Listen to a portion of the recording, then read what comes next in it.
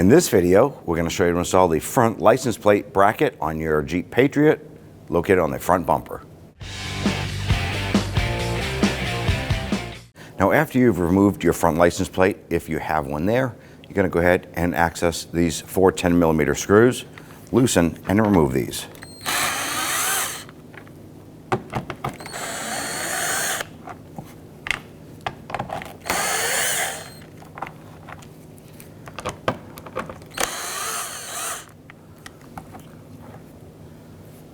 Now's a perfect opportunity to go ahead and clean that dirt from behind that license plate bracket.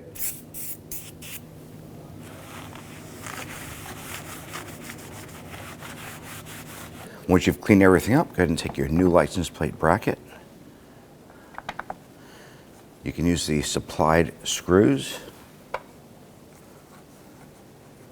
Get those started.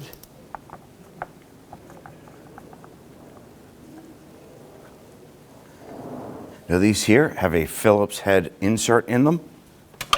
Instead of using a power tool and risking stripping out the plastic, simply snug these down gently.